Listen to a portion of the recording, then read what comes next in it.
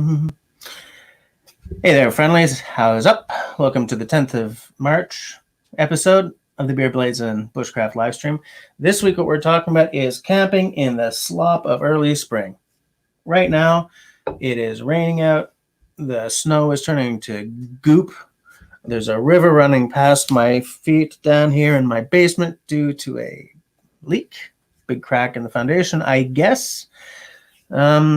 And it makes me wonder, what do you guys do when it's all goopy and sloppy outside? Are you guys, got to get out there anyway, or do you sort of stay at home until the weather gets a little better and the ground solids up a little bit? Let's see who we got. We got RV Kids TV. How's it going? We got Rain Dance Bushcraft. Tyler's here. How's it going, Mr. Tyler? Tenenbaum is here. Nice to see you. I'm excited about that canoe you've got coming. Let me know when it arrives, okay? There's Simone. Nice. Tyler says there's some skipping of the live stream on his end, but I mean, I'm connected through wire here, so it's got to be your fault. Check your connection. Is Nick with you tonight, Tyler? You both kicking back and watching a little Rain Dancey Bushcraft goodness? I got a strop. I got a knife. I got a knife. I got a knife. I got a knife.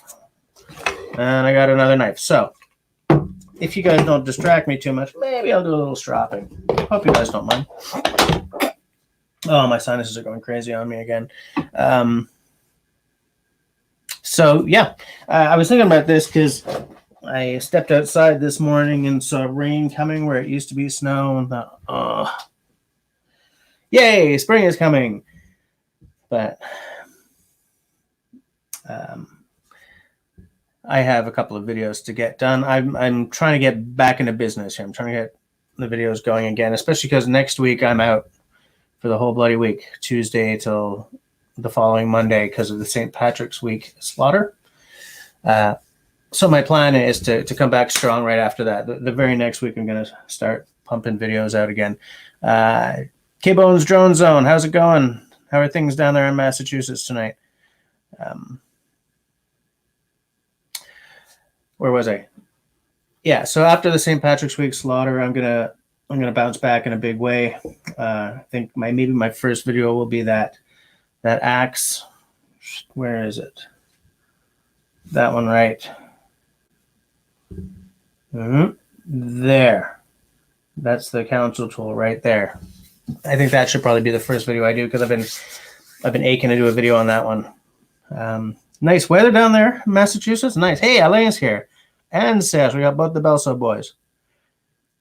Chickadee and Honeybee Rustic Works. Welcome to my first patrons. The first to log into my Patreon page and actually give me money. Thank you guys. You guys are helping me do this thing.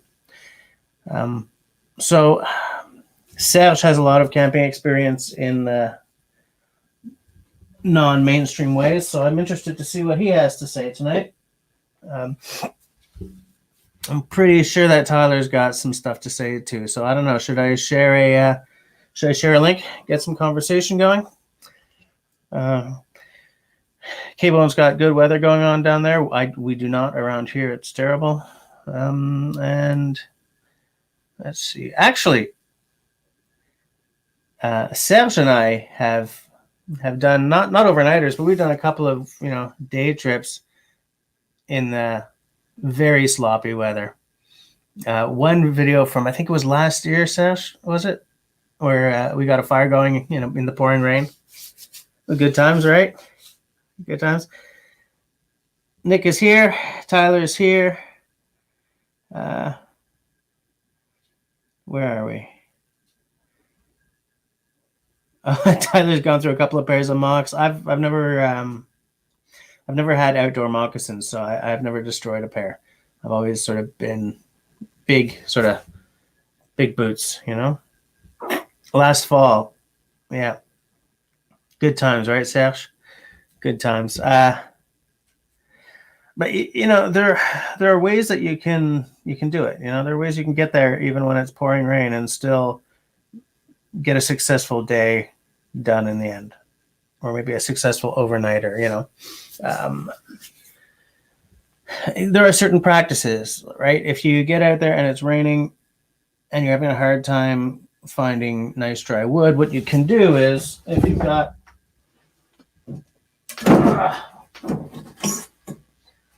you find a soaking wet stick or something like this.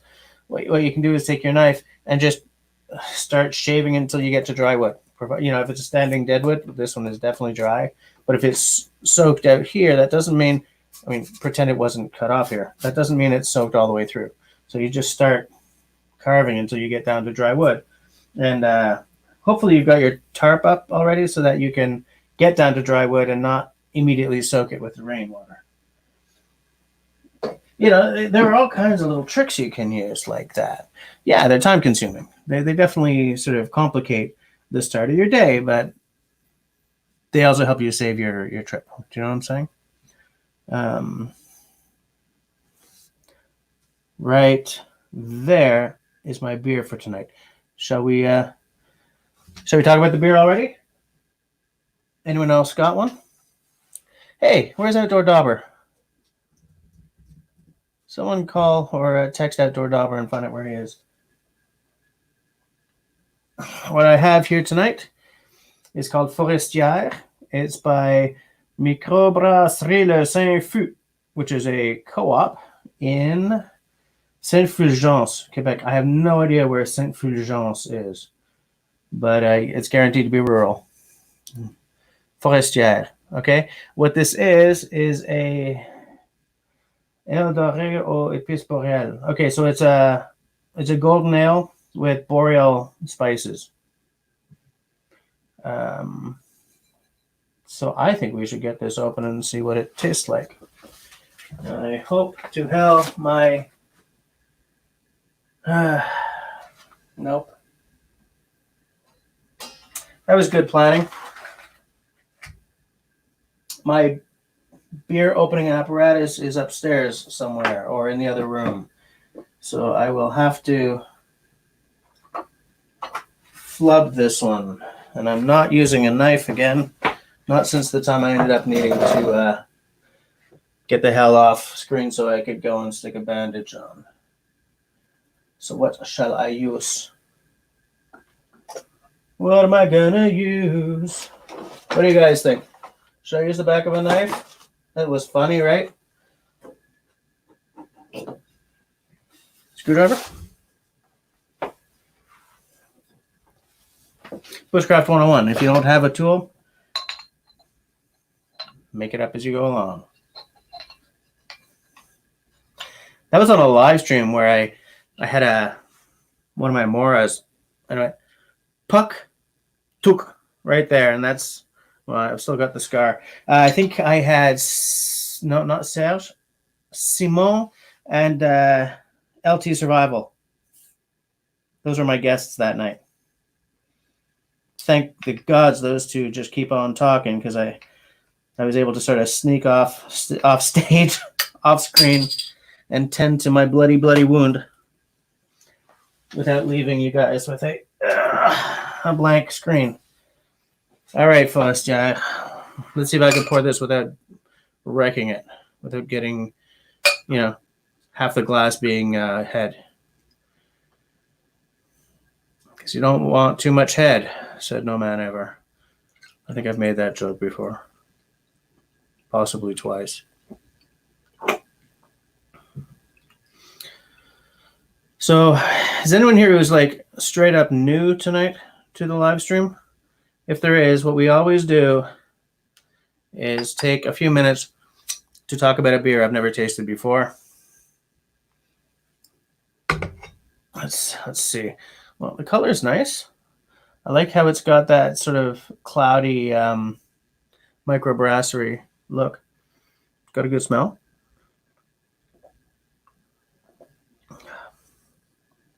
Oh, wow. There's like some service berry or gooseberry or something in there.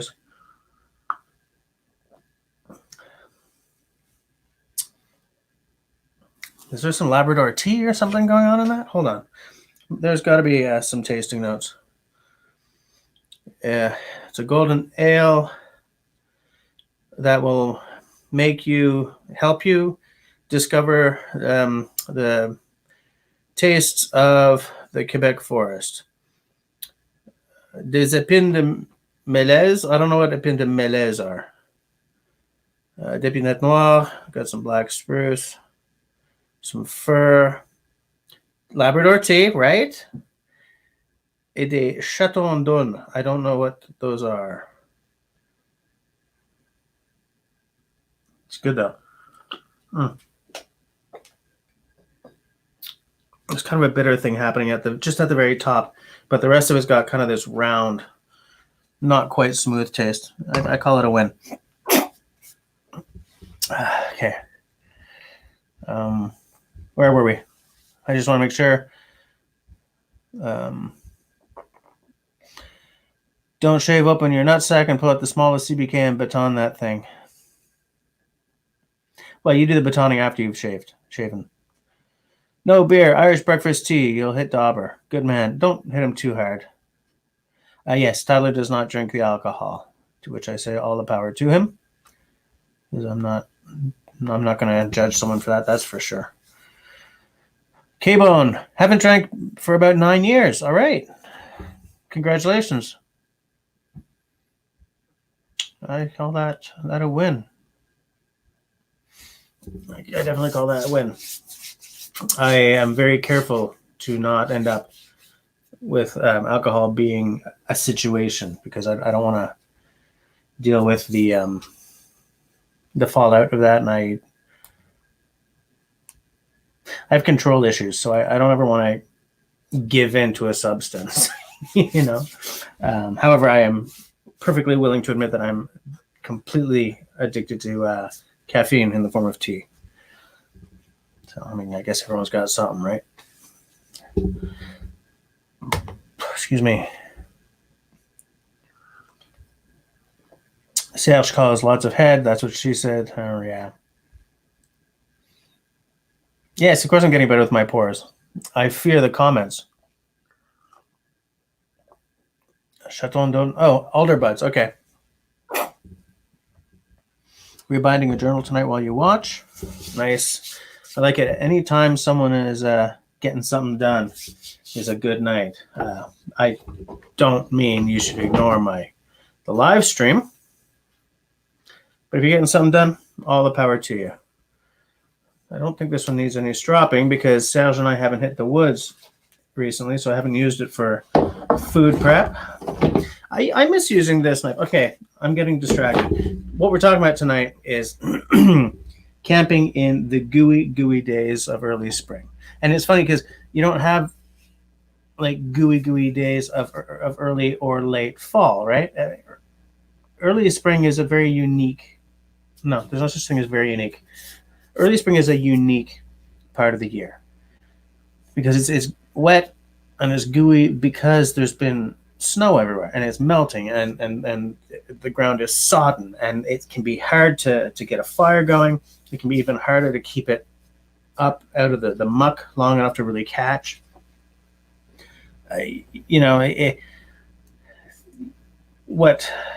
What I often do when I'm trying to build a fire on, am I a hammock or a tent guy? I have no stance on that because I've been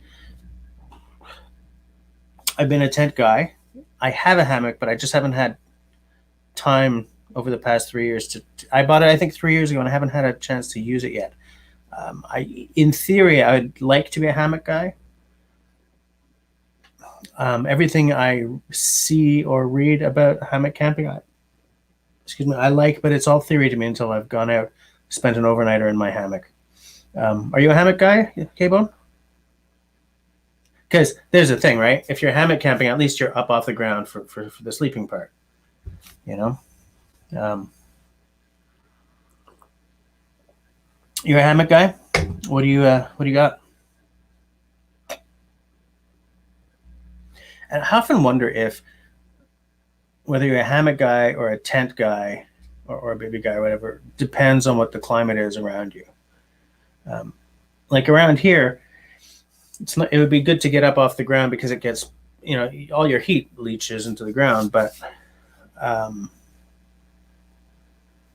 thinking more in terms of like when it's like this time of year where it's all gooey. It might be better to have a hammock so that you're not dealing with any of that. You're not dealing with getting the bottom of your tent all gooey and having to, hose it down and then hang it up when you get home or something. I'm not entirely sure what your particular tent cleaning practices might be, but dealing with a wet hammock, right, hanging it up to dry, a lot easier than having to maybe scrub down the bottom of a muddy ass tent or even the sides. Let me see. Hold on. LA might try to go to your mom's and sleep in a hammock in the yard to see if you can pull it off. If I had 2 trees far enough apart in my backyard, I would have done the exact same thing by now.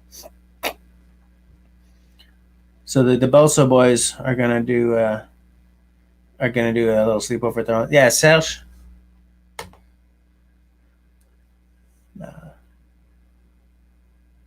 K-Bone says what kind of hammock he's got. Where is mine? I've got a Hennessy, but I don't remember. I think it's the asymmetrical Scout zip thing. Is this it? I mean, it's still in the freaking box. So embarrassing. What do I got? Because this is kind of what I was hoping to build to, but K-Bone, he stole my thunder, but that's okay. Because it gets us there. Make sure I don't miss the boat. Okay, this is Expedition Asymmetrical Zip with a water collector and stuff. There it is. Snake skins, water collection cups. What you do is you take a plastic water bottle, which I don't buy, but whatever. So you screw them onto these, and then you can hang them on your lines to collect water. This, I believe, is the fly. Yes, this is definitely the fly. So there it is. There's my setup, and I haven't even used it. Oh, and when I bought it, I hadn't realized that Hennessy has a toggle on the page where you can see what you're spending in Canadian or American dollars. So I thought the price was really good, not realizing that I had just spent American money at the website of a Canadian company. So it was not as cheap as I thought it was going to be. Do I have the price on here? What did I pay for this? Doesn't say. The whole thing was like, I don't know, 2 something. Somewhere in the maybe low mid 2s. Oh yeah, it's like, oh, come on. Oh man, K-Bone's got a War Bonnet Blackbird as well. You've got some cool stuff. You got some nice stuff, man.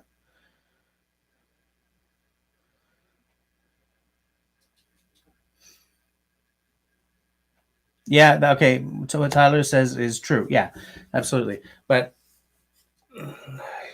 like the fly that you would have over it mitigates that at least a little bit, right? Like you're not going to sleep under the rain without some kind of tarp over your hammock. Yeah, I have a fence in my backyard, but that's not.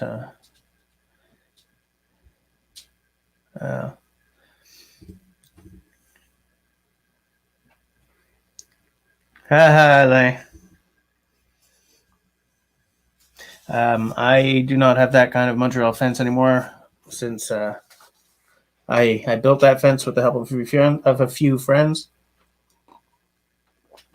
So anyway, I've been trying to not have that problem, K-Bone. Trying. Not that successful, but you know. So what do you guys do? How many of you guys spend this part of the year hidden away, and how many of you guys are like, no, man, I'm getting out there in the suck? What do you guys do? Bet you, LA. Because historically, I've been kind of wimpy about that kind of stuff. You know, I'm trying to, I've been, for the past couple of years, I've been trying to really fix that. But, you know, I've been the type to, no, I'm not going. Too wet, too sloppy. And, you know, the thing is, all that means is that I'm missing out on woods time. And that's no fun. I mean, even if you do nothing but, excuse me, even if you do nothing but sit next to a fire under a tarp and like read, you're still in the woods. You know, raining on you? Sure, okay. Yeah, okay. It's cold and it's damp. I get it.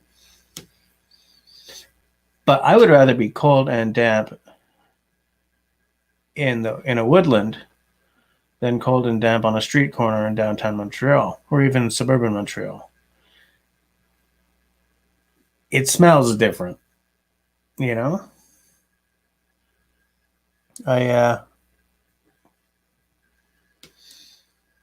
done some hiking when like a squall comes, you know, pops up on you out of nowhere and you end up soaked to the bone. And you just, you know, that trudge, just get home. But, you know, no diesel stink. Hold on, I'm just going to catch up with what you guys are saying.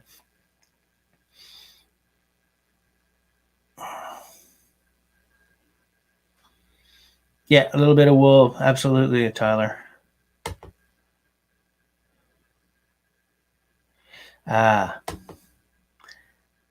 Tyler goes out in this weather because there ain't no bugs yet. And man, I'll tell you, I don't like bugs in the form of black flies, and I don't like bugs in the form of mosquitoes. Once you get to like late May, you start having problems with that if you're sort of up in like the boreal or something. Boom. Tyler's just hitting it out of the park tonight. And this, yes, exactly. Right there. Once your fire really gets going, you can, if you still got some wet wood, you can put it nearby the fire where it gets nice and hot.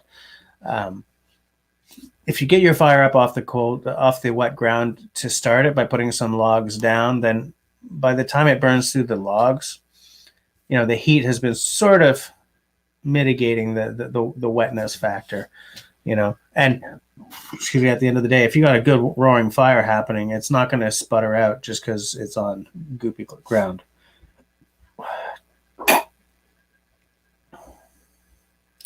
Serge says this, and then fudge. Serge says this, and then follows it up with this, because of course he does.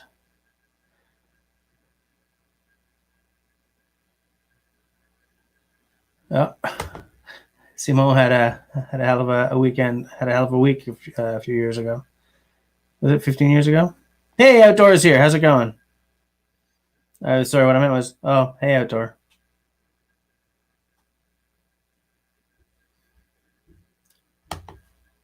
K-Bone. Was that expensive?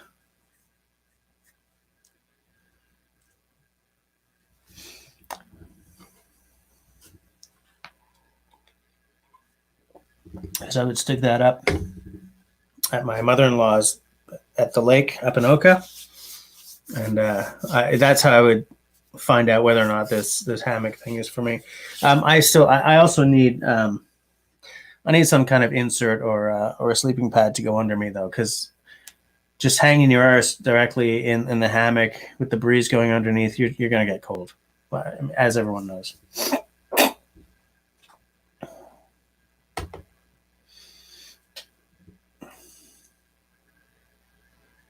Huh. Oh, 360? That's American, right? So $400. Kirk, White Voyager Center. Have you been on the live stream before? August and September to October. September to October in the woods. I don't know where you are, but around here, man, that is just the perfect time of year. It's starting to go, it's like, it's going orange and red. It's not freezing yet. And you're not getting swamp ass because it's not like 30 degrees. Favorite time of the year. It's just, oh. A couple of years ago, I took Camille, my daughter. Those of you who don't hang out here a lot, my daughter is sort of my part-time channel co-host. A few years ago, I took her on a camping trip in September, just like a couple of days. It was fabulous, and it was still warm enough to go to the beach. She's very beachy. I'm not, but she was 7 at the time. So of course I was 6 or 7 at the time. So of course I was going to give her the win, right? But man, I like August as well. Yeah, I feel that at that time of the year, around here anyway, the bugs are starting to disappear. But yeah, I think that's the first thing you've ever said on the live stream, Kirk. And that's if you've been hanging out but not saying anything, you don't say much, but you're a pistol because yeah, that's a very good point. Simon has shared the link to the Tato Gear hammock stand, which I will check as soon as we are done. Yeah, in New England, yeah. I've been in Massachusetts before. Hasn't been. Oh, it was years and years and years ago, but it was. I found that the weather was very, very similar. Oh, Kirk, you're in Timmins. Okay, it's kind of a nice part of the country. I'm not. Yeah, the first weekend of May, I will be near. Actually, I'm going to be in Algonquin Park doing a canoe camp with another YouTuber. Unfortunately, just like a few days, but I'll take whatever I can get. But yeah, I've never been camping in Ontario. I've been camping a lot in British Columbia and a lot here in Quebec, but that's about it. I'm looking forward to finally knocking Algonquin off the to-do list. Let me see. White Mountains here are beautiful. Cape Owen, yeah. It's sort of the same here. Like once you get out of the cities, it's beautiful. Even like where Kirk is, same deal, man. Once you get out into the woods or onto the lakes and stuff, it's just gorgeous. You know, not enough people take advantage. Even now, when it's gooey and sloppy, and there's slush, and there's still some snow, but it's raining, and you're like, oh my God, I'm wet all the way into the bones. It's not. It's miserable compared to, yeah, okay, it's miserable. But as I said before, I'd rather be miserable surrounded by greenery and beauty than miserable on a street corner. But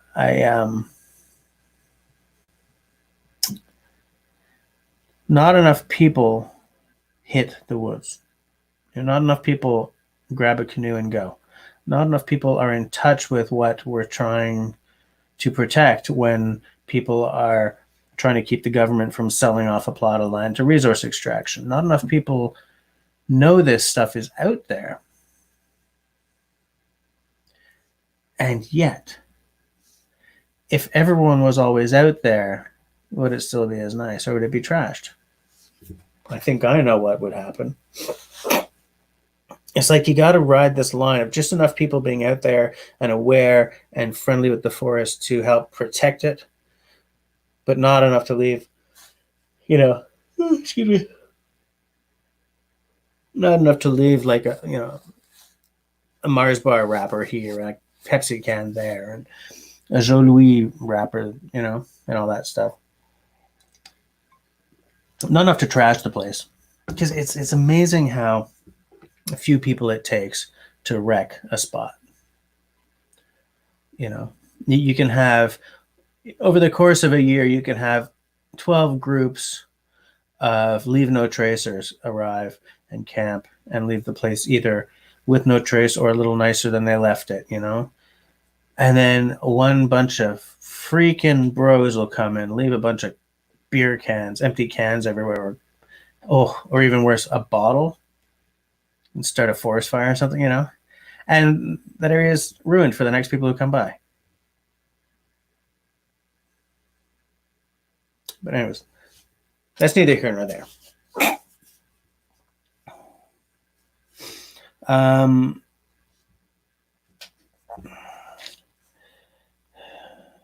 It's a reset, but yeah, man, exactly. I hit the woods so I don't have to spend as much money on therapy, you know? I will check that out. Yeah, I was on the Bruce Peninsula last summer. It was beautiful as well. It was very nice. One thing about the Great Lakes is a storm can roll in like that. One night I was just sitting there, and we knew that there was a storm coming. You could feel it, right? Like you feel it on the breeze. And I was sitting in the kitchen of this cabin that we'd rented, and the patio doors were open behind me. There was just a screen. There were a couple of other windows open, and it was like nothing. It was quiet, and then it was suddenly boom, like this huge gust of wind, whew, punch of thunder, flash of lightning, rain coming down. I was like, what the? I was running around closing windows and, you know, battening down the hatches and everything. And that's as fast as a storm rolls in on the Great Lakes. That's why you don't sail the Great Lakes without A, experience, and B, safety topmost in your mind.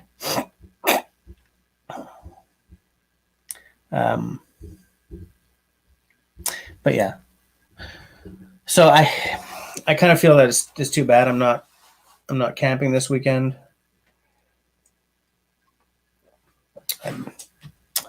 because, you know, as I said, I'm trying to really not be a wimp about it, not just hide away when the weather's not so great. Part of that is definitely, as I've said on several occasions, I'm definitely gonna, you know, kick the winter camping into action at some point. There's a lot of money involved in that, though. That's a major outlay of cash.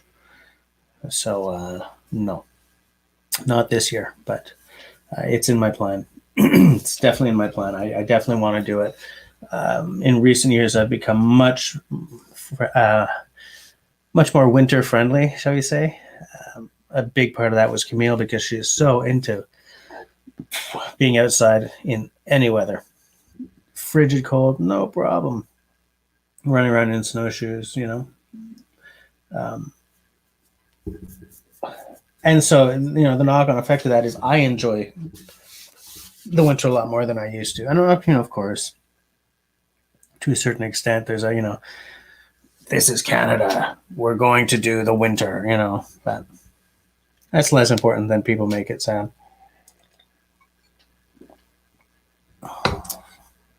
Especially because, you know, people in Michigan, like Yoopers, definitely know as much about winter as we do.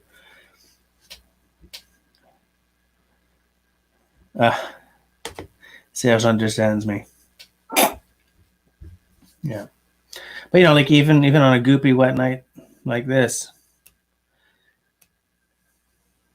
Yeah, you know, K-Bone, I'm definitely going to get this hammock out. Because what's been stopping me is the idea of pitching a tent on wet ground. Check out what? Bright fire stoves. Oh, pellet stoves. Okay. Yeah, what I have for a small stove is, the thing is, on a night like this where it's all gooey and stuff, I would want a big fire. Like I'm kind of with Paul Kirtley, you know, like if you put a fire together to warm yourself, if it's not big enough and hot enough that you kind of have to take a step back, it's not really going to warm you. And so in weather like this, it's like, I don't know what temperature it is. It's not that cold, but as soon as you get soaked, it kind of doesn't matter. You're cold anyway. So what's the weather? Okay, so it's 4 degrees right now. I would want a nice big fire just so that I can. That was Montreal, right? Oh, it's 16 in New York. Holy crap! Those guys are spoiled. Yeah, I would definitely want a nice big fire. Maybe, there's a fire style that I've been aching to try out, and this kind of weather would be perfect for it. You know that where you take a log about 5 foot long, you split it in half, you put it up on two smaller logs so that there's a gap. You stuff it full of smaller wood and stuff, and you set that alight so that over the course of the night, the log very slowly, because it's a big honking log, right? It's not going to. It burns slowly enough, and there's enough wood there that it'll just keep burning all night, and it'll be at least a little source of heat. Now, when you do that, you have to put a log, a smaller log, between you and the fire, so that if it collapses and rolls towards you, it stops before it hits you. But I would love to try that kind of fire. And in the peak of summer, you don't want to build that because you don't need a fire to keep warm. In the heat of summer, when I'm out there, I'm building a fire to warm my soul rather than my physical being. But if I'm in the winter or fall, even early fall, warmth becomes a factor.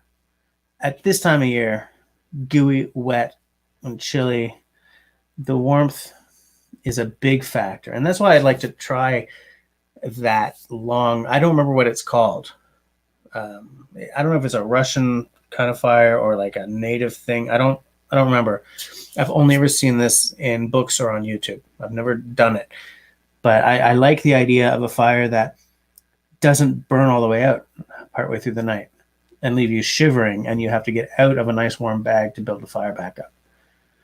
Like it can burn down, but it's still burning, so that maybe if you get a little chilly, all you have to do is stick a few sticks in between the two logs, between the two log halves.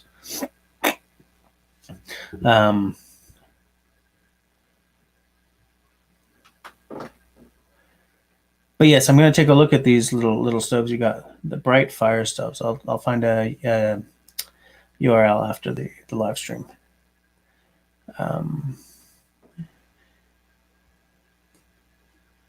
Which website is Tyler thanking Serge for? Make sure I get a good underquilt and a top quilt for my hammock. Yes, you're absolutely right. I keep looking for something I can afford. Some of the guys I know, like Outdoor Dauber, he just takes an old comforter and sews something. And I think I may end up having to do that because, man, you spend a lot of money on an underquilt if you're not careful.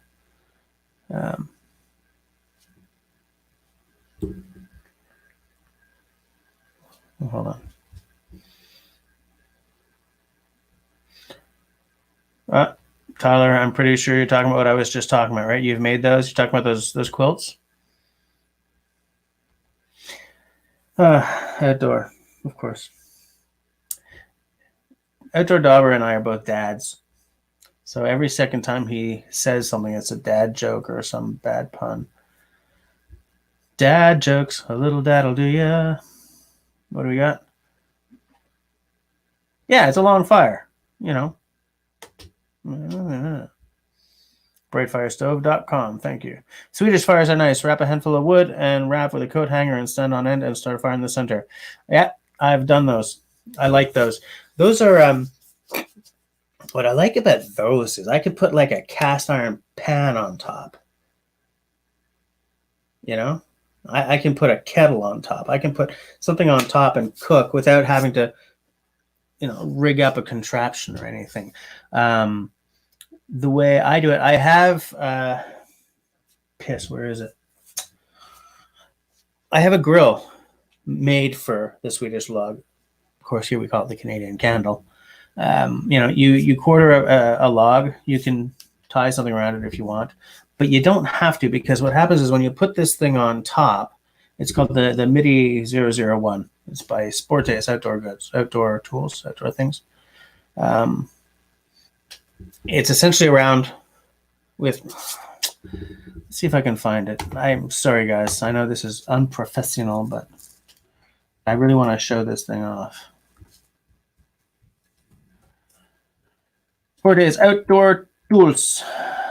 And as a bonus, Cedric Sportes is a really nice guy. Let me see. Boom. Here we are. Okay, I'm going to share this URL-age because this is a really cool little toy. Hey, Brother Love, how's it going? Boom. It's called the Sportes Mitty 001. Okay, now, wait, where are we? So, K-Bone, what you do is you put that thing on, and the big freaking nails hold the 4 pieces of wood like this, whereas there are inserts that are folded down that go between the pieces of wood. So everything is like held at the top so that it doesn't, the way they sometimes do.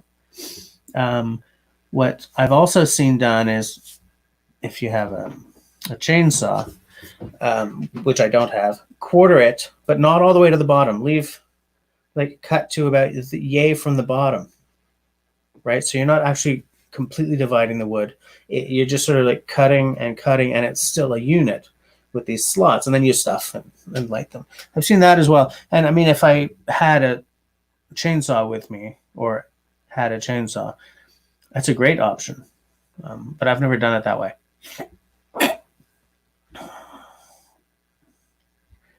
Oh, okay. He's built the log fire, not the quilt. Okay.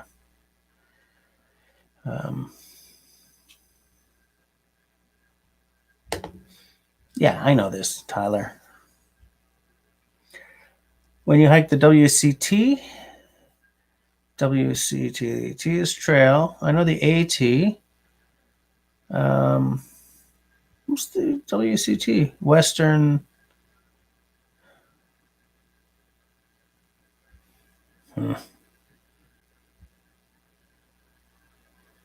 WCT. Anybody, tell me what the hell that is.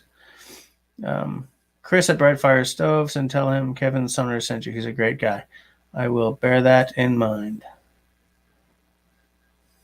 Yeah, it's a lot of work to handsaw all the way down there. Yeah, Brother Love, that's for sure. West Coast Trail, okay. I don't know what part of the West Coast you're... Brother Love, where do you, generally speaking, as in which state or province, and nothing more exact than that, do you live? Are you above the border? The U.S. border, obviously, not the Mexican one.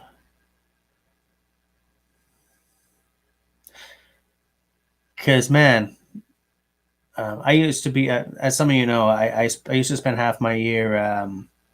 oh, Alberta, okay. So you were in BC. Because I used to spend the summer half of the year, well, I used to spend my summers in Vancouver, and did a lot of camping there. I spent one winter to like early spring in Vancouver, and that was the wettest I have ever been. Like, that was downright depressing. You know,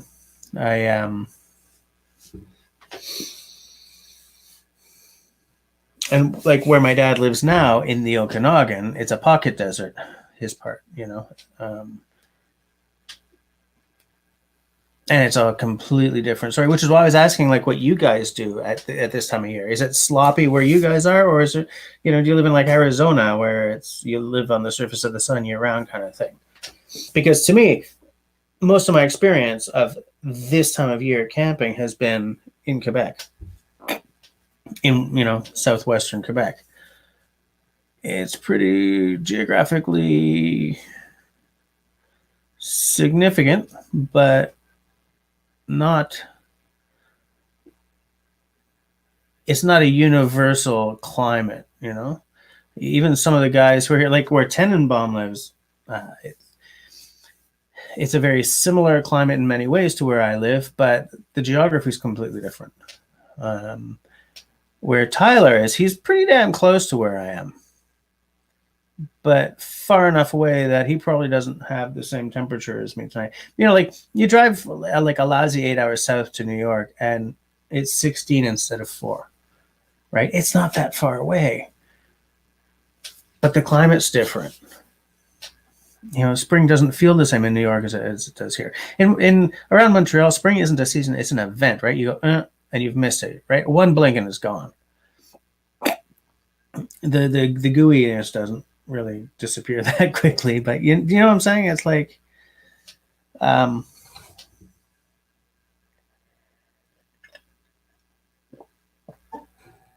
like Victoria and Vancouver. Yeah, Victoria is very warm.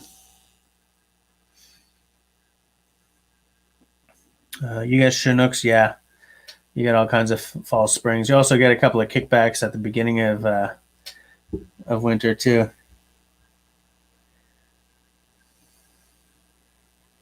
No, I don't have anything against the Mexican border. Partly because being Canadian, the Mexicans I tend to interface with are very, very rich because they could afford to fly right over the United States, right? I mean, a Mexican in Canada does not have the same image as a Mexican in the United States does. So I don't have anything against the Mexican border.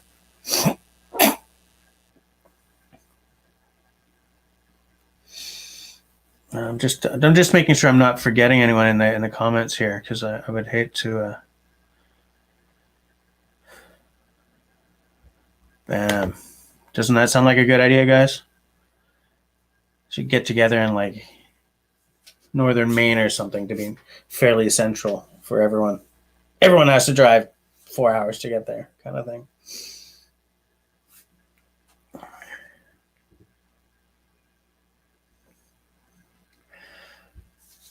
$11.2 there. Nice. Yeah. This time of year is so weird too. Like heading out into the bush this weekend, I would have to plan for really wet and cold weather and really mild weather because around here it can flip on a dime. And it's Tyler, where you are, is probably very similar, although that Great Lakes magic, maybe not. Hey, have an outdoorsy guy. How's it going? Outdoors, yeah. That's true. Whoops. Crap. Wrong. That's what I want. No, this is not what I'm trying to. Like everyone's commenting, so I'm missing my. There, boom. Northwestern New York would be a good central meeting location. That's true. Okay, Bone, you've only done it solo? I don't even think I've ever actually really gone camping solo before. I've done a lot of like day trips solo. I don't think I've ever done an overnighter solo, aside from when I was in the Royal Canadian Air Cadets. A couple of times, like there was a survival weekend where they'd sort of dump me on an island and said, "See you Monday if you get there." And there was another solo overnighter as a cadet, but that's like over half my life ago. That was like when I was 17 or something, 16 or 17. So we're talking about pretty like 3 decades ago, 2 or 3 decades ago kind of thing.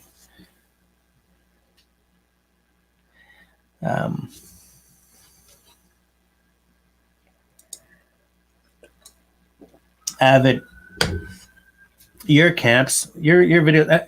Anyone here who is not watching Avid Outdoorsy Guy, fix that tonight. Avid man, your trips make me pine for the woods like you wouldn't believe. Yeah, man, it's like I am buying a canoe and I'm running away. You're one of those guys who just every trip you take makes me want to drop everything and go. Yeah, outdoor went. I can't believe they call it meat rock. I mean, I know it's because you guys just spend the whole damn time grilling meat, but it's just meat rock. And it sounds like you're barbecuing at a heavy metal concert.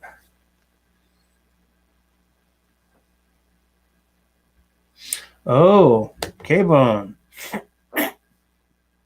One of the guys I work with, he has to wear an insulin pump, and he'll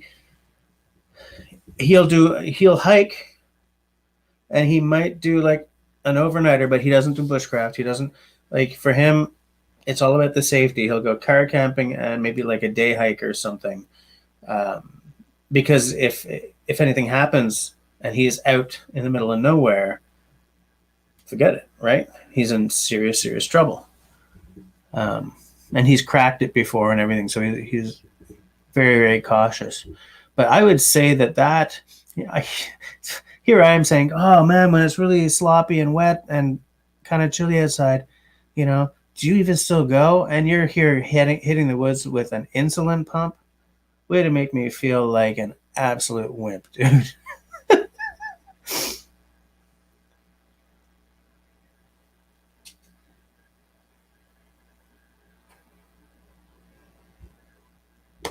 Yuck.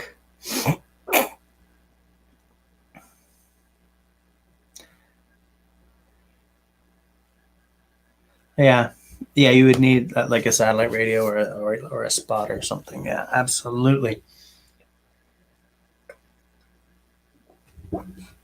Man, I'm enjoying this beer. Can really taste the Labrador tea.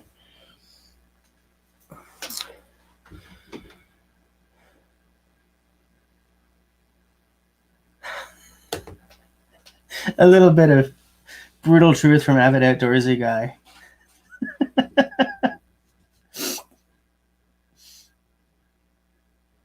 That looks fun though. I like your trips.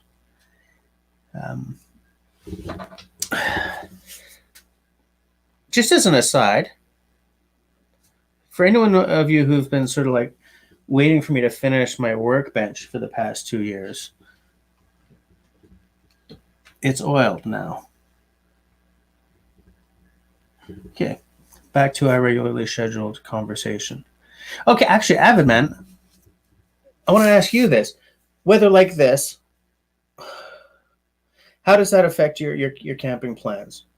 Like, do you have gear that you have that's like specifically earmarked for wet, gooey spring, or do you have? Because I think you've gone out during some pretty wet weather, haven't you? Or am I misremembering? Is that a real term? Is that a real term? But like how does this gooey part of the year affect your camping plans or your trips? Like, are there any safety things that you got to bear in mind?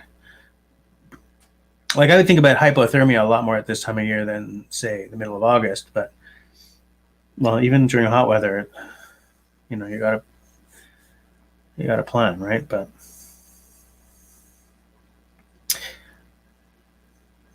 like, does this time of year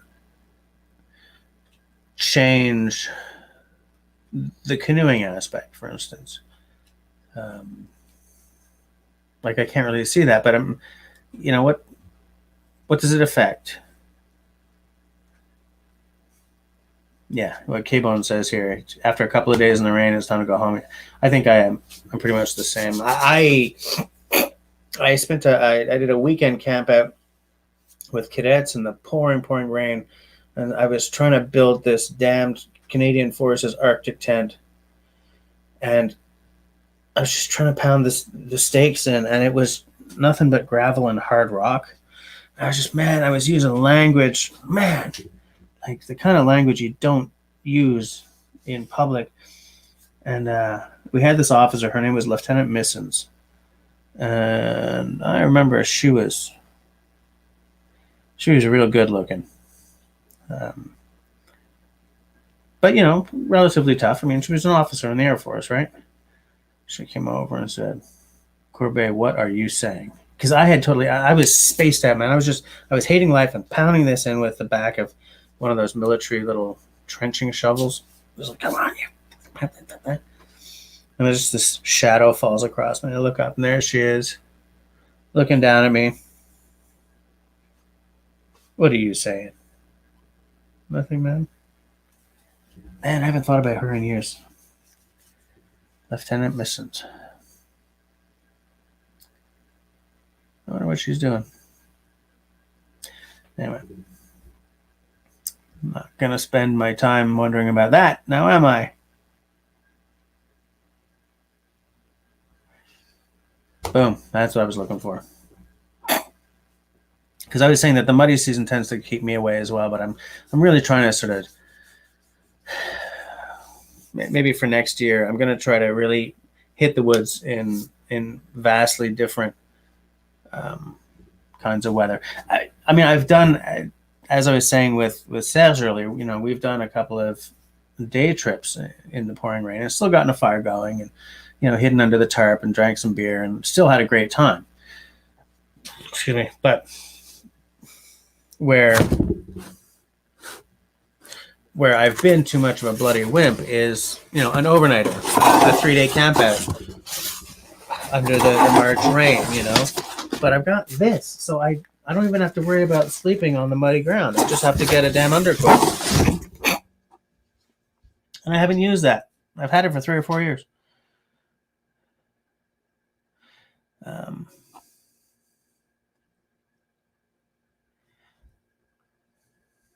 Tyler, are you about ready to say some stuff?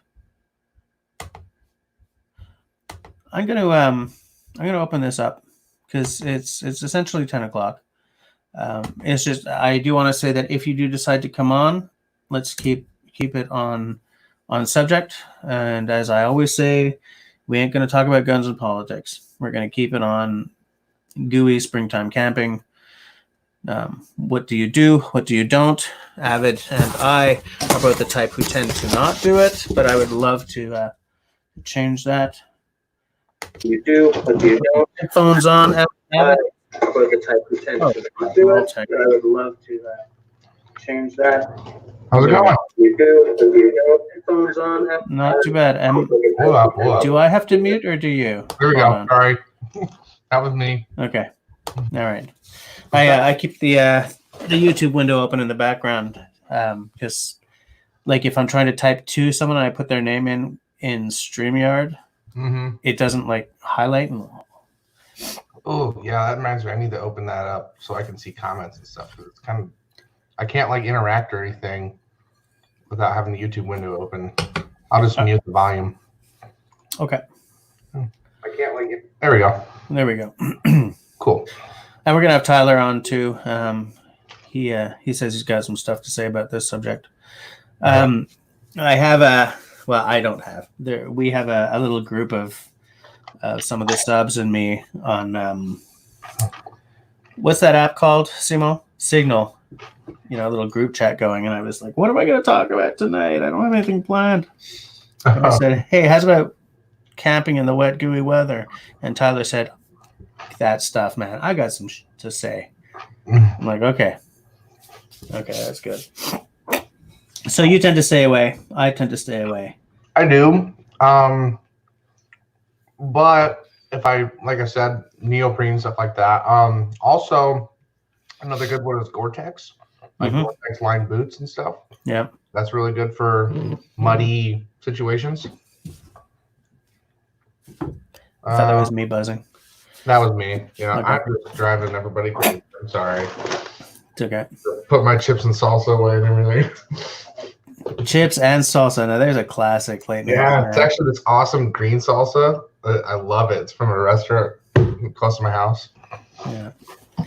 Now here's the thing about Gore-Tex though. You find that it takes longer to dry though, right? It does, for sure. Yeah. So and it's not it's not like an insulator.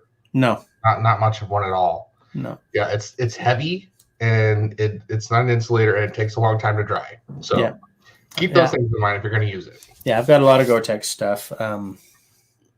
As I've said in previous streams. Hey, somebody's actually got a camera on tonight. I jerry rigged a little cell phone stand. Okay. Which I was is funny. just. It's nice to see you. It's nice not having a black screen. Yeah, exactly. I'll do what I can. Yeah, and you can do so much. Is that an I voted pin? It is an I voted pin. Okay. Just checking. Yeah, as I was saying, crap. What was I saying? We were talking about Gore-Tex. Mm-hmm. Takes too long to. Oh yeah. I've got a lot of Gore-Tex, but as I've said in previous live streams, I'm really trying to slowly, because it takes money, move more into natural fibers and stuff. I find especially wool, man, because you can get wet, and that doesn't mean you're getting cold. A lot of guys Wool's are good really stuff. into merino wool stuff, and I don't really have any of it, but I've heard really good things. I had some socks, and merino is cool because it's not just warm. It's more temperature regulating, kind of like bamboo. You know, with bamboo, it's more of a temperature regulating fabric than an actual warm one. You know, and that's the magic right there, because then you're keeping your core temperature pretty steady, and you're not like getting all sweaty the way if you're really piling on like a lot of, you know, if you got like several layers of polar fleece, you know, and stuff like there's all kinds of stuff that if you put it on, it doesn't breathe, it gets sweaty, and then if it's cold out and you're sweaty, I mean, you know what I'm talking about here. Oh yeah, Stuff like merino, man, it's like there's a reason why it's expensive, but that's worth the money. Merino is great until you have to cover it with like a raincoat, and then it becomes super effective insulation, probably more than you want, and you basically get a choice between soft padding that can kind of get wet and really clammy jacket, but you're not super hot to the point of sweating. Oh, I do want to say before we go any further, hi Jerry's Wood Shop and Outdoors, how's it going? We're talking about sloppy early spring camping tonight. But yeah, that can get annoying. I actually have a fairly thin raincoat. The key for me, if I'm using a raincoat with wool, is to try and get one that has those like zippable gussets or something. Like right there? Or some of them are like Velcro, or they have like little, not rivets, what am I thinking of? Snaps? Grommet holes. Little little grommet holes right beneath the arm for some venting and stuff. So that's really great. But I'm trying to kind of get over the whole being slightly wet thing, because I haven't done it yet. I want to experiment with sil nylon socks and then like heavy rag wool socks. There are sock liners and heavy rag wool socks. So I don't know if you've heard of Wigwam socks before, but they make nice stuff. Yeah, I've had a bunch of them. Those. Yeah, they're fantastic. Actually, I might even have a pair ready. But my point is, I wonder if it's possible to deal with something like sil nylon that's a little more like rain and wet weather friendly, that will stand up to abrasion and still not be like the skin. It's like an outer layer. Yeah. Okay, that's it. Okay, because I wasn't. Yeah, because I was thinking about sil nylon against my feet, and I'm like, no. But yeah, I see what you're saying. Is like a shirt that would be really, really uncomfortable. Yeah. This stuff. So here, these are fantastic rag wool, and I absolutely adore them. Something is awkward in my sound. Yeah. Okay, whatever that is. Outdoor. Ooh, Goodwill. I didn't think about that. That's a good idea.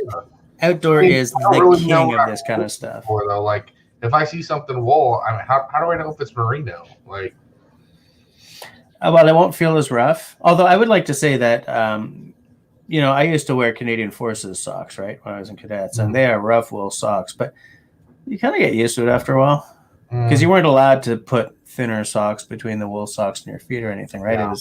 That's what the uniform is, and you know, once you sort of get over the initial, oh my God, they're not so bad. Yeah, the military wool stuff tends to be pretty scratchy. Those wool blankets we had in the Army, those things were like Brillo pads. They were rough, but you eventually get used to them.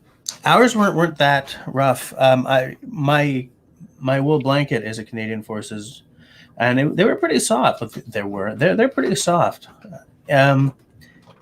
I always sort of laugh and I say when I was in basic training in junior leadership school, I hated those blankets, and now that all that's behind me, but I know the value of good wool. I love those blankets. You know, I don't know where it is. I think it's in a box. But you can always tell the Canadian Forces ones. It's a specific. It's just a gray wool with a dark gray stripe down the middle. Oh, I still really like the Repro Italian officers blankets. Those are nice. Who makes it? Rothko. Yeah, Rothko sells them, and then whatever Dave Canterbury's website's called now. He's changed his name like 4 times.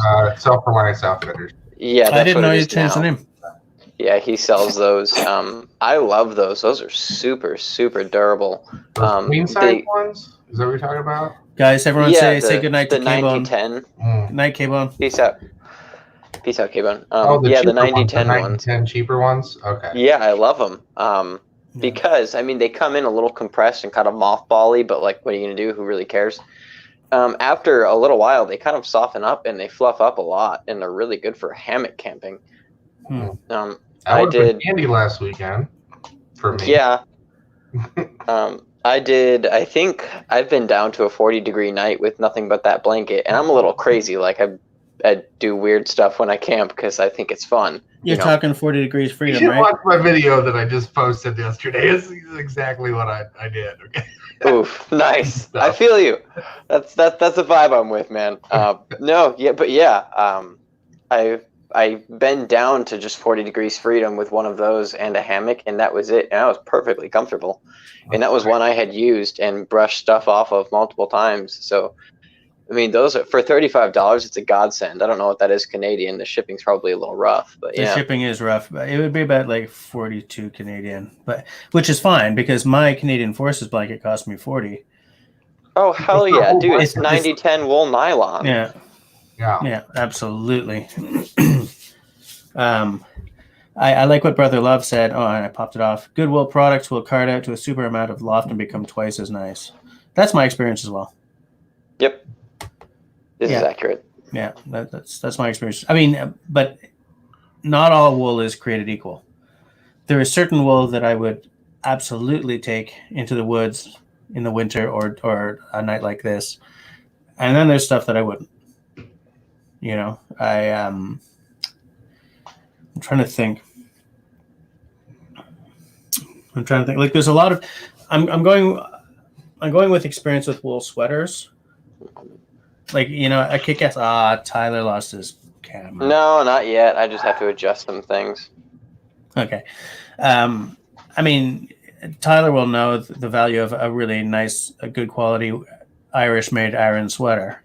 Oh, good stuff. Yeah, and then there are knockoffs that are very loosely woven, you know, with you know, not as much. I don't even know what the terminology is because I don't work in wool, but I know the difference in feel between a really nice woolen blanket and something that was just, it's a wool blanket kind of thing. Yeah, sure. A lot of the issue, I think, is, so I don't know if you're familiar, Dave Canterbury Dave Canterbury at one time, feels recent to me because I just learned it, but I think the video is a number of years old. He talked about how sometimes they can say something is 100% wool, but because it's recycled material, it's all wool, but it's all not quality wool. Yeah. Right. And this is the main difference between old Filson wool and new Filson wool. So old Filson wool was 100% good stuff that they got made for them. Yeah. New Filson wool is not. It is a lot of recycled, still 100% wool fibers, but you're losing out on a lot of the important lanolin content in the wool. It's not as tight because the wool's been, you know, recarded and recycled, so the fibers are shorter, stuff like that. Mm-hmm. Yeah, and that's sort of a better way of saying what I was trying to get at. And it's funny that you bring up Filson, because it's like a lot of these old school kick-ass brands, they just don't got it anymore. Dude, they're going hipster. Carhartt, not as good as it used to be. Carhartt hats are all hipster now? What the heck is that? They are. They're going totally hipster. It annoys the living hell out of me, man. Mm-hmm. So Jess, you're right. So Filson and then the Levi and Strauss Co. They totally deserve this name drop and slight insult, and I'm going to give it to them. Okay. So Levi and Strauss denim used to be that really awesome, tight woven, like heavyweight, plain woven. So like 1-to-1 weave. Yeah. That's really durable. It's like duck canvas, but with softer cotton, kind of thinner threads. Yeah. Now it's not plain woven. It's like this. All right, and this is the weak stuff. This is what artist canvas is made out of. And my God, does that get annoying? Because, I mean, you wear it for like a month, and you're like, oh, yeah, new pair of Levi's. And then they start killing themselves after a month of wear, and you're like, what happened? I don't wear Levi's anymore. I'm generally still having a good experience with the Gap, but that's not going to last long either. It's hard to find a pair of plain woven anything anymore that's strong for under $150. It just bugs me. Yeah. And the thing is, when we're talking about wool, we're not buying wool for the look, right? We're buying wool because we want it to last forever, and we want the thermal properties. Mm-hmm. So it behooves us on a weather like this especially, to make sure that what we're buying, and this is probably one of the reasons why surplus gear is so popular with us, right? Because it's all, you got good stuff. Sometimes it smells pretty rough when you first get it. Mothballs, man. But you need quality gear. If you're not in a place where it's 15 degrees Canadian, whatever that is in freedom, year-round kind of thing, like where it's not always mild temperatures and beautiful days, if there's any chance that it's going to be like 4 degrees, which is 40 Fahrenheit, and slopping wet, we don't have the option of buying crappy wool. We don't have the option of buying second-rate canvas or any of that stuff. It gets bad really fast. Yeah, we don't want our stuff to rot out from under our arse if we're sitting there in the slop, Let's talk not breaking the bank, because you're talking about getting quality gear. A lot of guys, one of you was saying earlier, I can't remember who, wanted to go the whole wool and canvas route. You don't really have to break the bank to do that. Just you and I talk about it a lot. I make a lot of my own gear. Mm-hmm. It basically just comes down to like knowing how to deal with the materials. But man, for $35 and like 2.5 hours of labor, I can make myself wool pants that are super durable from those Rothko blankets, because they're mostly new wool and nylon is like uber durable. Yeah. Mm-hmm.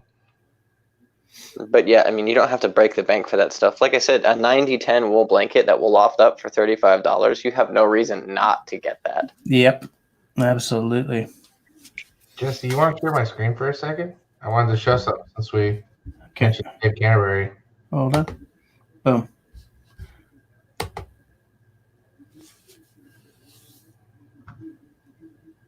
You're so low now. Can you see it? No. No? Nothing? Really? Hold on. Wait, there's a way to hold on. How does this work? Because you want me to show your actual my screen right now. How does this work? You know who knows how to do this? It's no, that's Dennis knows how to do this. Dennis is so good at StreamYard. Yeah, he's like the StreamYard crap. How does this happen? That man is a literal StreamYard ninja. Yes, honey, if you want to get the pants out, that would be wonderful. Okay, here we go. Now, I didn't click the right thing. There we go. Okay. Hold on. Wow, look at that. There we go. Okay. Oh, look at that picture. Nice. There it goes. Look at that. I like that soup catcher you're wearing there, big guy. Yeah. That's a good beard. Yeah, that was a good one. That was a while ago. Yeah. Nice. Yeah. I always forget how short and stocky Dave Canterbury is until I see him next to somebody else. Yeah, he's short. I've actually met him a few times. That was one of them. But yeah, he's not that tall. Well, I'm probably shorter than he is. I'm 5'7". No, but dang, does that guy like do things? Oh yeah. Sometimes I don't understand like the amount of things that this man can do in the woods. I'm like, how does that amount of power come from a body that small? Oh, I might have some more pictures. I still have. All right. She brought me those wool pants that I made, by the way. All right. Well, Avid. Hi, Nick. While Avid is looking for his other pictures, show off the wool plants. The plants, he says. Plants? Same. It's basically a plant, right? It goes through a sheep and then it becomes wool. Okay, so I wanted wool pants. I'm going to back up a little bit. I wanted wool pants to wear when it was like really cold and awful, so I patterned some. And I made them out of a Rothko wool blanket. Look at these things, dude. These are like indestructible, and they're like straight up winter. Like, dude, I love them.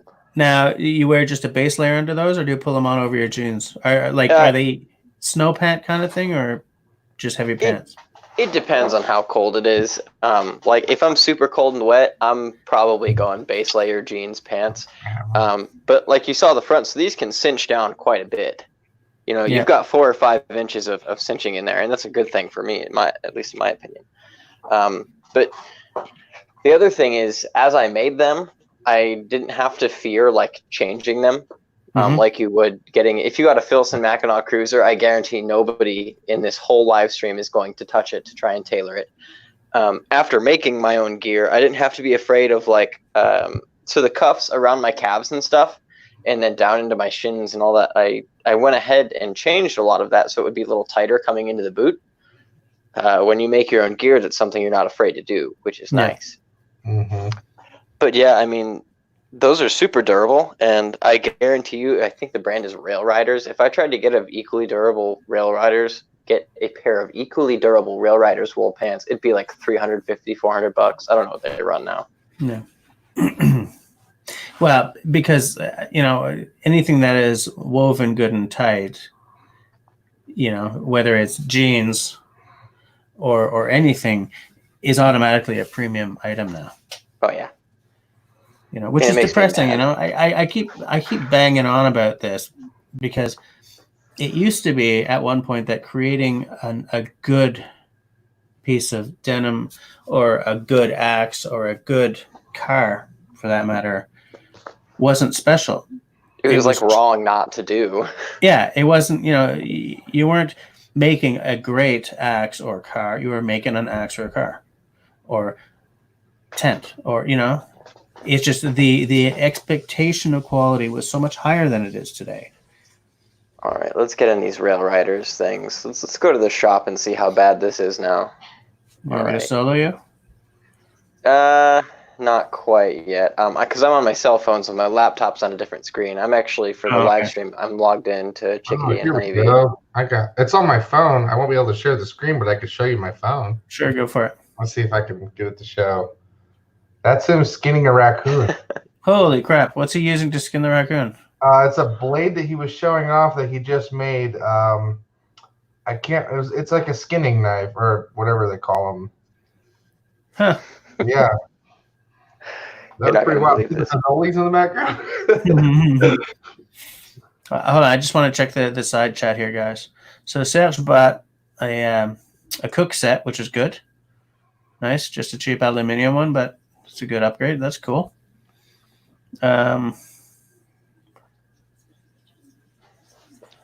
Spring 2020 project for Tyler. Okay, Simone, let's hear it. Sheep shaving, washing, picking, carding, roving, spinning, winding, and scanning, and fabric processing.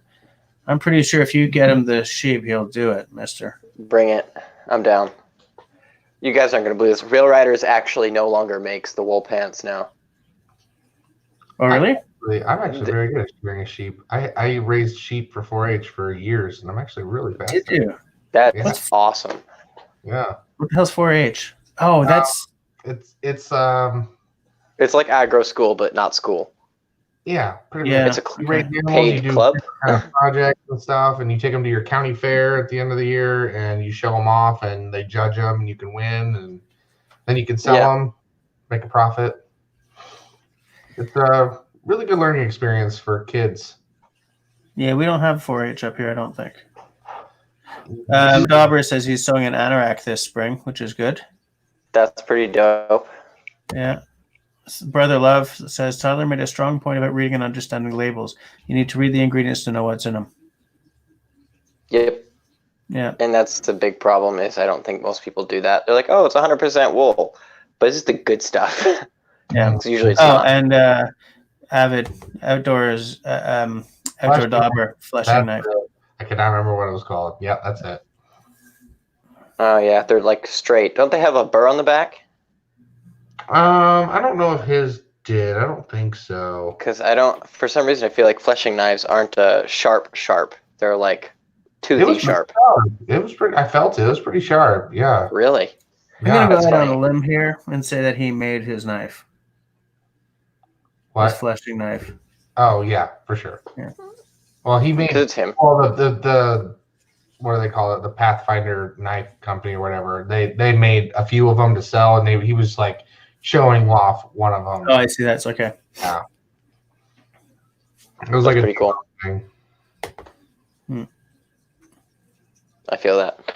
No. Where's the knife I just... Hey, but Tyler, back to your wool pants. Okay, so tonight it's 4 degrees and it's sloppy out.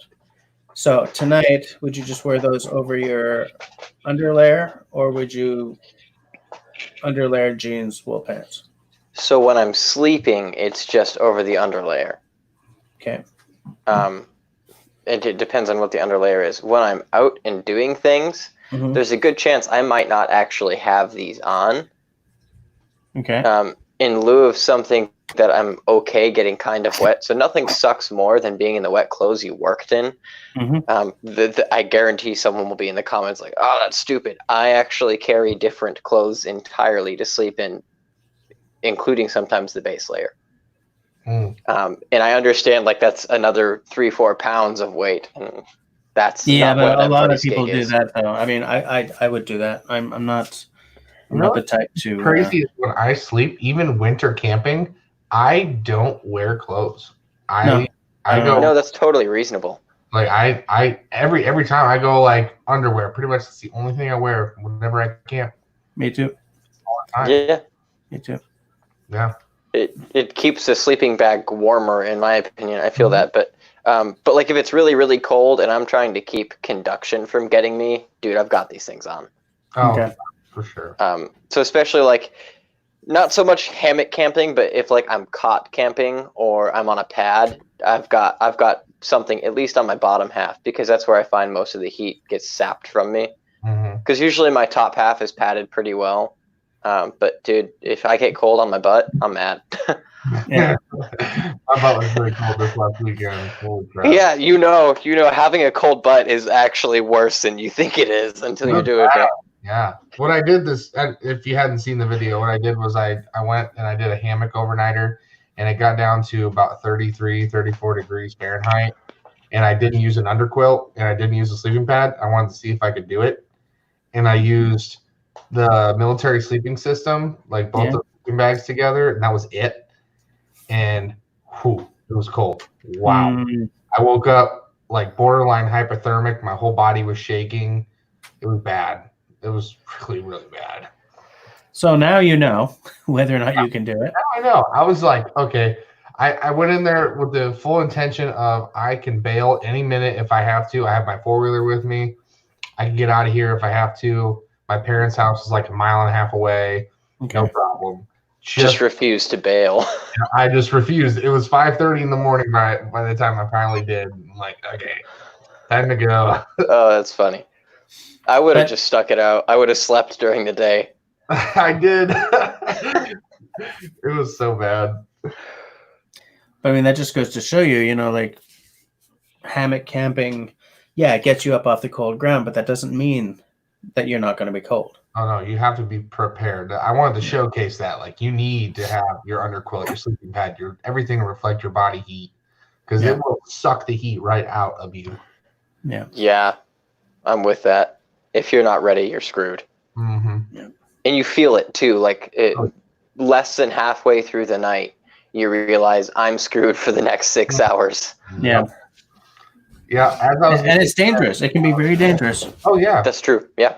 as I was The getting danger prepared, part of I was like, okay, I'm going to give this a shot. I will know within about 30 minutes or so whether I'm going to bail or I'm going to stay. Yeah. In 30 minutes, you can tell. Like, if I'm already cold, it's only going to get worse from here. Yeah. So here's part of spring camping I don't think we were going to discuss, but I want to. So I know a lot of you guys in winter and in wet weather don't use your carbon knives. I do. And I'm going to just plug this dope sheath I made for my brother's puko. Look at this stitching, man. It's super fine. really No, but yeah. So this is a carbon steel puko for my brother. He likes it and has used it a couple of times. Here's the deal. When I'm spring camping, I just pretty much soak the inside of the sheath in microcrystalline wax. It's the same stuff that's in a plumber's candle, the really white gooey stuff that's almost like putty. Mm-hmm. It's really good, so it doesn't abrade off very quickly. What do you do, if anything, tool-wise, carbon or otherwise, for really muddy, gross, wet spring camping? Because we all know while you're out there, if you want an axe, it's probably carbon steel. So what do you do to care for them if you're bringing them? I just bring mineral oil with me. Yeah, as long as you oil, I oil it up before I go really well. Well, I oil them up. Even these guys who are sitting here, every few months, I give them a coat. It's a good idea. I just bring some oil, wipe it off, dry it as well as I can. Because here's the thing: if you oil up a wet axe or a wet knife, the moisture under the oil is still going to react. Yeah, you're just coating it. Yeah, so you got to look who's gone again. Just wait, I got to plug in a charger, damn it. Okay. But so I dry them off as well as I can. Temperature is such a wild card, eh? Like if you've got let's say it's an axe. Wet weather, dry weather, you got expansion, contraction going on. So if you're working outdoors and you bring it in and hang it by the fire to dry it off, you're also drying out the handle. So, it's like, how much oil can you bring with you, Yeah, that's fair. So one of the answers to this that I think is really cool that I just recently learned about through an entirely different channel. Those of you who watch CN Arsenal might know about Mark Novak, but rust bluing was a thing that they did big time, or at least quote unquote back in the day.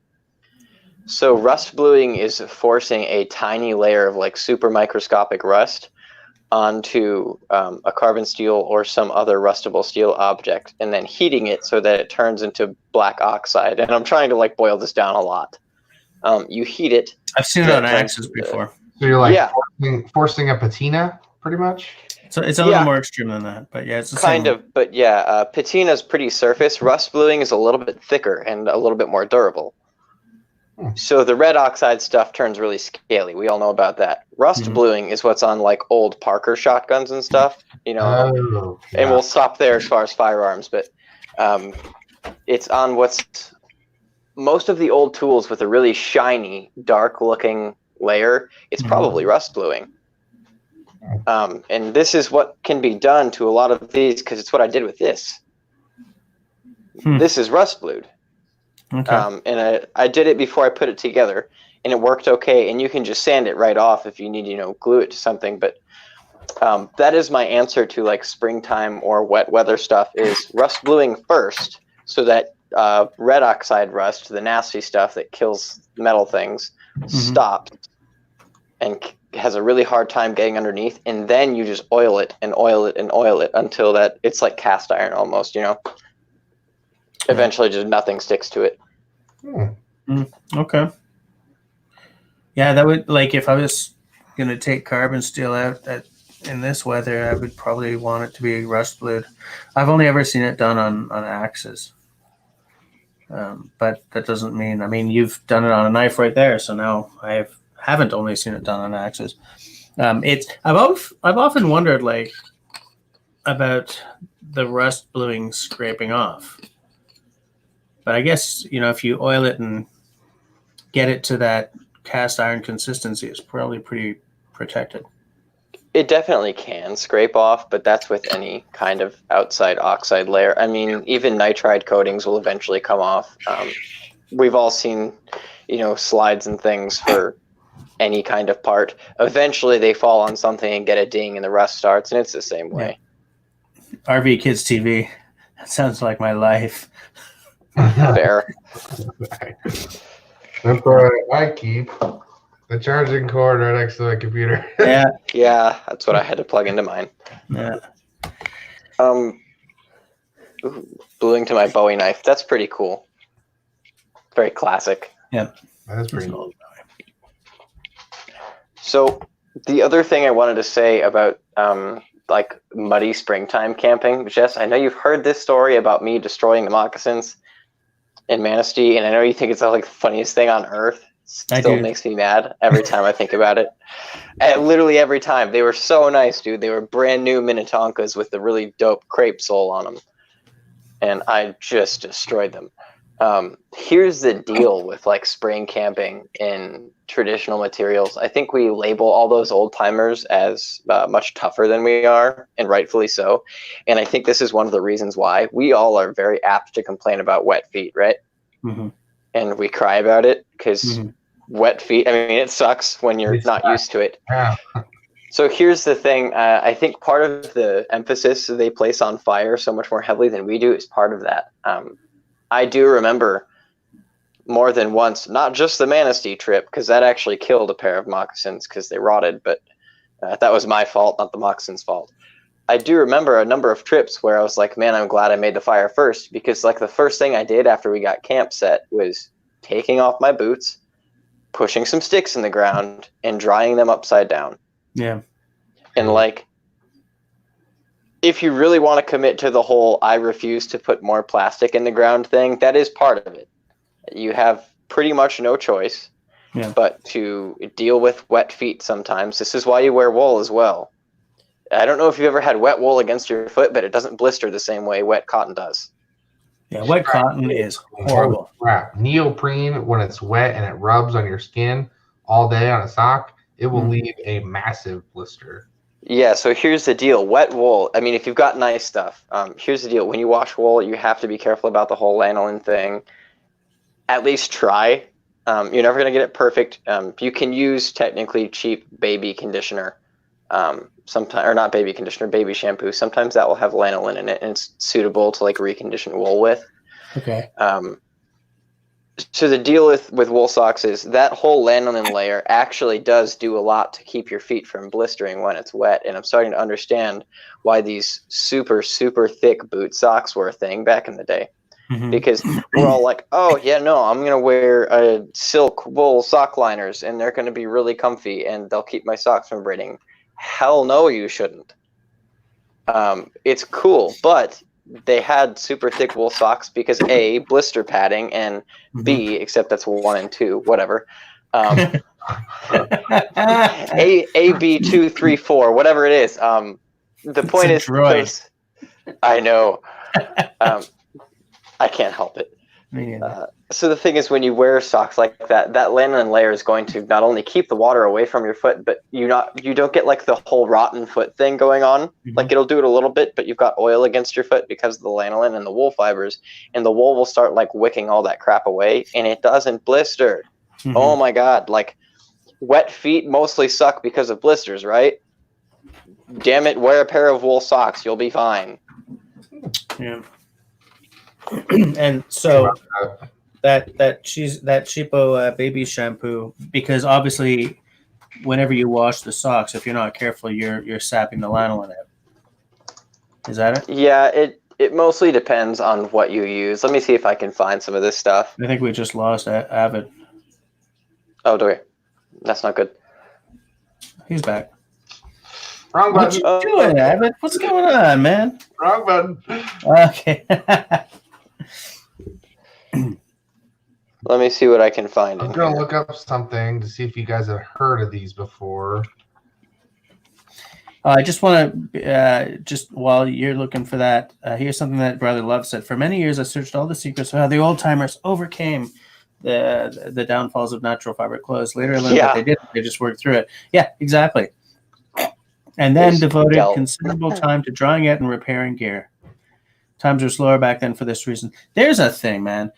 You used to just repair everything. You know, hole in your sock, that's what a darning needle is for. You didn't need a darning needle. You didn't just toss them and buy a new sock. A new sock. Yeah. Like you can buy one sock. But you didn't just toss them and buy new socks. You know, you repaired them. A hole in your jeans? Not a problem. That's what a patch is for. Okay, so this isn't quite exactly what I mean, but I'll just post the link in the chat anyway because it's pretty damn close. This costs obviously €8. So here's the deal. It's €8 for lanolin shampoo that you can do wool in. Okay. I'm also showing what Avid has just brought up. You heard of these before? Oh, sealskins, yeah. How are they? Because I'm really curious.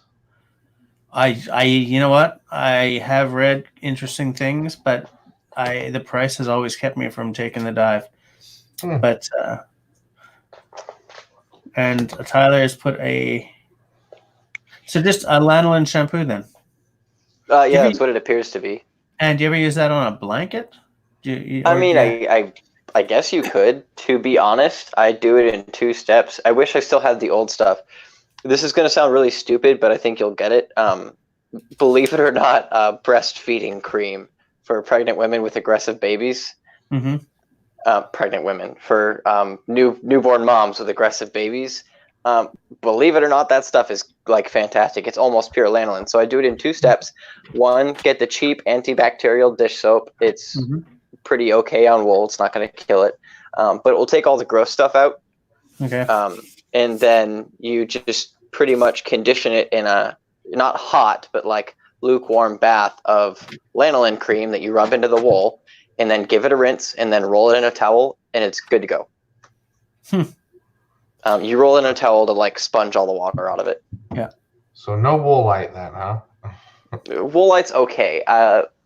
It's like wool friendly. Like it's made to not hurt the wool in the same way that other soaps will, because they'll pretty much kill it. Mm-hmm. But I don't like Woolite because if you're going to do the whole 1-2 step process thing like I do, Woolite's not a very strong soap at all. Okay. Like Woolite in the bathtub is still totally feasible. Tenenbaum. No, not Tenenbaum. Sorry, Avid. This note by Tenenbaum is to you about the sealskins. They have the same problems as Gore-Tex does everywhere else, and they're kind of stiff. Kind of stiff? Okay. Well, I mean, compared to, have you ever used neoprene socks before, Tenenbaum? Like, how are they compared to neoprene? I'm trying to find something that I want for this ice out trip. So I've used neoprene plenty of times, and I'm not a big fan, but I will use them because they keep your feet pretty warm. But how are the sealskins compared to those? Are they better? Is it worse? Is there a lot of blistering? I mean, I need to know. Somebody needs to fill me in. Boom, right there. Better than neoprene. Might have to invest. But if they're not, it's your fault. Well, what about that trip is, like, why couldn't you just get some really good wool socks for that? I suppose I could. I mean, I'm down to try it. And then get some, portaging a lot, though. Will wool socks be a good idea? And I wear trail runners. I don't wear boots. Oh, you wear trail runners? Okay. Uh-huh. So, I don't know. I'm open. How much of a concern is weight? Well, quite a bit. Yeah, because it's a canoe trip. You have to carry everything, so. Yeah, that might be it. Wool is heavy, you're not going to get around it. Good wool is tight and it's heavy. Well, I can't wear muck boots. That's out because it's a lot of portaging. Mm-hmm. But. Doesn't Solomon make a good boot for this? Solomon seems to make good boots for pretty much anything. I might look into getting some like lightweight trail boots, like some hiking boots that have some Gore-Tex built in and stuff. Right now I use Morels. I use Morels as well. But I know Solomon makes some pretty good stuff. So I'm value-wise, Morel's so good. Yeah, and Merrell's. I got one pair that's Gore-Tex and one pair that's not. Yeah. Because Gore-Tex is good for, protecting your feet, but if they get wet, it just takes so much longer to dry that, You don't have paddling boots already, do you? Me, no. Well, either one of you, I guess. No. I was gonna say, I know a couple of guys that like paddling boots. I don't know how much I would like them because I know it's basically just a giant neoprene upper, and I'm not a huge neoprene fan. But I mean, it's an option. It's pretty much, like we all said, it's wetsuit material, so yeah. It'll do ya. Sure will. It's mainly the feet are a big concern for me with the warmth in these ice out and these early spring trips because the water's higher. The takeouts and put-ins are going to be way different than they are in the rest of the year. So you're going to be getting your feet wet like every single time. Yeah. And out of the boat.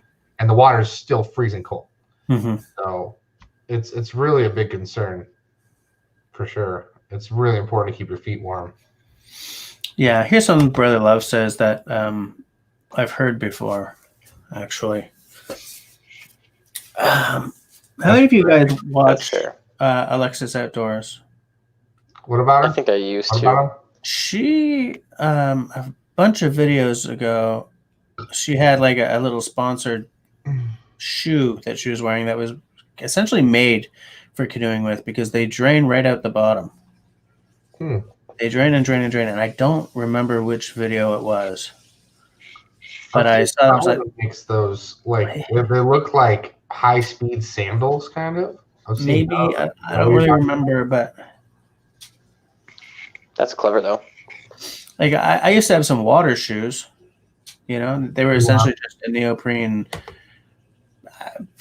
sock. Essentially, I mean they had a sole on them, but I mean they were just real kind of flimsy. The whole idea was that they dry quickly in the sun, kind of deal. At risk of sounding stupid, ninja boots, but for canoeing.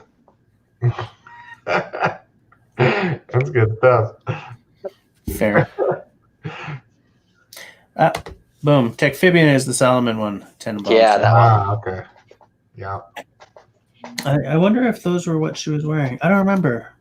But, I mean, it's beautiful, right? You get your foot completely soaked, but it even drains through the sole, if I remember correctly. I mean, yeah, as long as your portage trail is clear, you should be fine. Mm-hmm. The only thing I'd be worried about is if it's made to drain through the sole. If your portage trail isn't clear, like there's like fresh brush or something from it being cleared, it coming through the sole and giving you a nice a nice little like a little whatever pokey. You have it. Not just a pokey, but one of those. Oh shit! There's a stick in my sole. Yeah, I don't mean the sole of your boot. Yeah. Yeah, I don't know. There's no perfect solution. No, there's no perfect solution at all. The perfect solution is don't go canoeing, and none of us are going to do that. Don't go canoeing. Yeah, okay. Yeah, exactly. That nice canoe you got? Forget about it. Leave it in the backyard. What a dumb idea. Who canoes anymore? I got to haul that up to Wisconsin this weekend. Yeah? Yeah, it's got to go with Swift. I got to drop it off with them at Canoecopia, and they're going to haul it up to the factory, and they're going to fix it, and I'm going to go pick it up right before the ice out trip. See you, Brother Love. Hey, everyone say bye to Brother Love. See you later. Watch that filthy language. Watch that language, Mr. Tyler. Watch your darn burning language. Darn burning. All right. So the other thing, we were talking about keeping warm in like gross spring weather by having a big fire. So when I was camping with my mom in Roscommon, we ended up doing just that. We got lucky because we were in an area with a lot of like birch windfall. And you know how birch is. Birch like doesn't even care about wet anymore. Yeah, so that was kind of what we did. We pitched our tarp like back against the wind sort of deal. It was coming off the lake. We were, like I said, swamp lake, so really shallow, dying lake kind of thing. Yeah. The wind was coming off of that, which there's just tons of birch windfall coming down. And what we ended up doing was starting the fire first, like I talked about, and then having everything else set up. Like we tarped out over a backpack so they didn't get wet, and that was it. And we just like kept throwing stuff on the fire, and it got to the point where like even the bed of coals we have would have kept us warm, but I noticed the spongy ground around us kind of dried out a little bit. And that was a big part for me. Because when you're on spongy wet ground, it really sucks. When you're on spongy dry ground, you're like, oh my God, this is awesome. Yeah, it's nice and soft. So, I mean, just short of being a bonfire, that's kind of what we did, like just to start. And you don't have to keep it that way the whole time. Right. Just to start, get it nice and hot. It'll dry around it for a little bit. And then it'll keep some heat inside your tarp. And it's kind of all you need because the bed of coals will mostly do its job. Because all you're really doing is adding to that bed of coals. And once you've got that built up, you don't need much. Yeah, that's true. And especially if you have like a reflective layer inside that tarp. Oh, sure. Yeah. Yeah, that would work well. Even just something fairly plasticky would do just fine. It's like a mylar or something. Yeah, sure. I don't know if any of you have seen like Dave Canterbury's old bushcraft on a budget videos. Oh yeah. Yeah, where he went to Harbor Freight and grabbed that big 9x12 monster and set it up and did a bushcraft camp with a bright blue work tarp. Yeah. I mean, it's bright blue, super visible. We all know that. It's like uber unnatural in the woods. And it's like, oh, it's a person, so we'll be okay. But we used to put those up over our campsites in BC. Like, and it works. We had huge ones that would cover half the campsite, like straight them up. They're great. Yeah, especially in the rain. That's one of the things you can do in the rain. I mean, keep it mostly away from your fire because those things will put a hole in themselves faster than you can politely ask them not to. But the point is, we made a wall with the tarp, and it was surprising how much heat was just inside it because there were no sides. It was just the one wall. Yeah.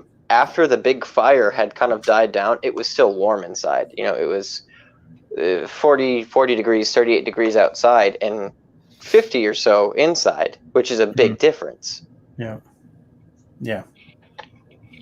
But but it's not hot enough for you to really get sweaty. No, it's like comfortable. I can sleep through this. It's slightly cool kind of thing. And I try not to let the grossness keep me from getting out into the woods for that reason. Like, it's possible to get around it. You just kind of have to deal. I don't want to sound rude, but that's kind of the mindset. If you're going to want to be out in the woods, there are some things over time you just kind of got to learn to deal with. Yeah. And I like to say that I like to feel just a tiny bit cold if I'm working and doing stuff rather than being nice and toasty and starting to sweat. Because I really feel that as soon as that sweat layer starts to get cold, you got some problems happening. That's what I think everyone learns. It's true though. Everyone learns it the hard way though. The hard way. Yeah. The moccasin way. I think I'm just going to nickname that. I'm going to just call it the moccasin way from now on. But I've always I don't know. I know a lot of the other guys, I was really surprised. They're like, I don't go camping in the mucky springtime. Mud season isn't a huge deal to me, I guess. I would rather, like you said, be out in the woods and kind of miserable there than be on the street corner and be sad because I'm on the street corner. Yeah. That's fair. Yeah, absolutely. I make no bones of the fact that I'm not great in cities no matter what. I don't like all these 90-degree angles and diesel stink. I don't think anybody's good in cities. No, it's just some people aren't in touch with that. Oh, by the way, Avid, I actually started saving up towards my own Swift canoe. There you go. Hey, nice. Good deal. It's going to be a long, hard road, but... Are you going to mail it to me? Yeah, of course I will. Awesome. Thought so. Send this out. Good friends. What I did for mine, I didn't want to wait, so I got a personal loan for mine. Yeah. Paying off, and I found a really good personal loan that was a lower interest rate, and I've just been paying slowly on that. Yeah, that's a legit way to do it. I don't want to do it because we have so many other debts that we're paying down right now. But so do I. Don't worry. Yeah. Oh yeah, I know all about the debt. Debt is a thing. Yeah, it's definitely a thing. When I bought, this is off subject, but it's related. I bought myself a very expensive bass guitar for my 40th birthday. And it came out to $5,000 Canadian. It's deep. Went down to the studio where they made them in New York, and I picked the exact pieces of wood to go on it and everything. But I saved up for 6 years for that bass. And when I have a goal, it's like, this is what I'm going to do by this date, then I can really do it. There you go. If I don't have the goal, like I can't just save up money just because. I have to be saving for something. Yeah. I'm the same way. Yeah. So that's fair. Yeah. My brother and I had a conversation about this. Forever ago, him and I had a conversation about trying to constantly visualize your ideal outcome and make specific steps to it. We talked about this in the whole 5 chapters conversation, which is genius on your part, to be honest. But constantly visualizing your ideal outcome and making steps to it. And that was part of the whole spring camping thing. Like, man, spring's really nice. The lily of the valley's popping up. The little bluebells are all out. But I'm soaking wet. Yeah. Just like the whole world is beautiful and green and there are animals doing things. But why am I so much more miserable than they are? Why are my feet so cold and wet? Yeah. Why is everything terrible? Yeah. Everything. But eat me. You get specific steps laid out to it. Like, okay, I'm gonna learn to deal with having wet feet, and you do. You read some Nesmuk and you read some Kephart, and you're like, all right, I'm gonna stop being such a little insert word here about it. And there are ways around it, but getting those specific steps is kind of key. That's what keeps me from not being afraid to go out, is having specific steps. So my specific ones are: be prepared to dry out your stuff no matter what. So have like a big set of plan Bs basically for fire, no matter what you do. Yeah. When I used to go spring camping forever ago with my friend Corey, his grandpa had a lot of land. It was really pretty. It was like all hardwoods. Oh, nice. Every once in a while, I would actually haul out like 3 or 4 logs of cedar inside of my tarp. And I mean, it wasn't a lot, but it was enough to get the fire started to where I could even flop some wet wood on there if I really had to. Yeah. Tough when there's no birch and anything around. It's tough. Yeah. Yeah, and it really is. Like, even trying to split down some hardwood, dude, hardwood doesn't like to catch unless it's really tiny shavings. Yeah, that's where your cedar comes in. If you got some good cedar, you can start a fire. But if you want to keep that fire burning, you need your hardwoods. Around here, we have nothing but hardwoods. Nothing. Just hardwoods. Are you like southern Midwest? Is that where you're at? Northern Indiana, yeah. Yeah, you're right in the middle of it. You're like a hickory country, basically. It's just maples, oaks. That's like the majority of the woods is maple and oak, and then you'll occasionally find the dead ash and hickory. Well, those are easy on your tools and your hands, aren't they? Yeah, totally. Yeah, it's really hard to get things going, like you said. Like, it's so making shavings and stuff. And I was going to say that's where your ability to make shavings comes in real. It's rough. Keep the burr on the back of your knife, man. Keep the burr. I just don't, when I get out there, I don't have the time to go through all that. So I carry a little fire starter, just throw it down. That's when camping in the boreal is so beautiful because it's so easy. And it's my favorite forest. Not only for the ease of lighting a fire, but just for the smell of the living forest, the look of it, the feel. Woodland caribou. It was like so easy to get a fire going. I could just grab sticks and like rub them together and pretty much start a fire. It was amazing. Everything is flammable in the boreal. Everything. There's so much firewood around me. I definitely want to camp at the woodland caribou at some point. I have that axe. Which axe? Is that even on? No. This kind axe of in here. frame. Yeah, hold on. This axe, which currently has my daughter's initials on it, because it's going to be hers when she's tall enough. Piss on a biscuit. What did I? Oh, it's the beer bottle. This axe came from those guys. I won it on an Instagram giveaway that they were giving. That's cool. Yeah. That's pretty dope. Cool. It's the Wetterling's magic. And I didn't have a Scandinavian forest axe until this one showed up. Like I have, the Grandspurs, the small forest axe, which everybody has. But I don't have one. Well, you just got to fix that because you're not allowed to be in the forest without one. You're Canadian. Be nice and send it to me. I would, except I'm not. I'm a Quebecer, so I'm not a nice Canadian. That's not true. Nobody likes them. You live in Quebec. You're not a Quebecer. I've met Quebecers. Quebecers are assholes. No, we're not. We're not. I am straight up. I mean, my family's been here 400 years, so I guess I'm a Quebecer. Letterkenny before? We're talking about like Quebec, the Quebec people. Yeah. No, it's funny because when I do these concerts, I'm going out to Alberta twice this year. Once for the music festival we often do, and once for there's this town called Lacombe that wants us to do their civic band show. And when someone hears where I'm from, they sort of, in a good way, natured way, get their backs up. But no, Siri, shut up! I'm not talking to you. What the fuck? There's the monetization. I said, what the fun? What the fudge? But it's funny. We're not all that different. Our politics make us. Our politics in both provinces. Man, if I'm gonna get killed, the two provinces that are the most similar in Confederation are Alberta and Quebec in many, many ways. Which I would not say out there. But as once you can get past all that and everyone just looks at each other as human beings, we're all nice people. It's the French thing. That's what it does. The French thing. It's a French thing. Yeah. Until you won't mail me an axe. I'll mail you something else. Big jerk. Great big jerk. You already did mail me stuff, actually. You already mailed me leather tools, remember? Yeah.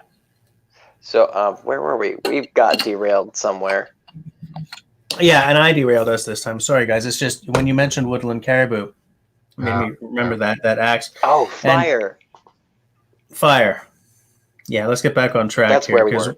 We've only got another 4 minutes until we're gone. Yeah, so. I was gonna say I'm gonna bounce in 4 minutes. I didn't know if it was gonna end or not. Yeah, I'm gonna end it because I gotta go to bed. Yeah.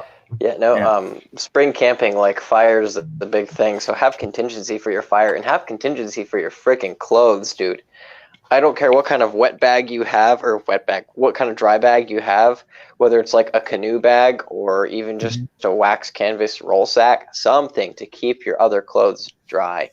I always have like dry bag inside the dry bag. Yeah, I'm a great believer in dry bags as well. I think that's one case where modern is good. That's where like spring camping makes me happy. And here's the thing, even like Kephart and Nesmith talk about stuff like this. Like they carried pine knots, or they carried birch feather sticks, stuff like that, or shavings in a pouch. Something where they're like, if it gets really bad and it's rainy, they carried things in a waxed bag so that it stayed dry. Like simple stuff like this, you don't have to carry a waxed canvas bag. You can use a Ziploc freezer bag. I don't really care. Yeah, that's what I use. Yeah. And I always bring shavings from the workshop, always, just in case. And there are many times I've been really happy that I do that. Because if you step into somewhere where it's wet and like all the grasses and stuff that you usually depend on are wet. Like, wow, so I have to work and split down to get to the center of like so much stuff. Yeah. Start this fire, and it's so much work. That just sucks. Fire. It does suck. Yeah, if you're using up all your calories just trying to get a fire started, then you're starting on the back foot, You're not starting right. So, yeah, so I keep if you a prep, dry... you can have a good time. Yep. I always bring fire starters every trip. Yeah, I even bring matches. Yep. What did I bring? Lighter, ferro rod, matches, tin with char cloth, fire starters, the whole shebang. Everything. Yeah, because it's not. There are no guarantees at this time of year. Nope.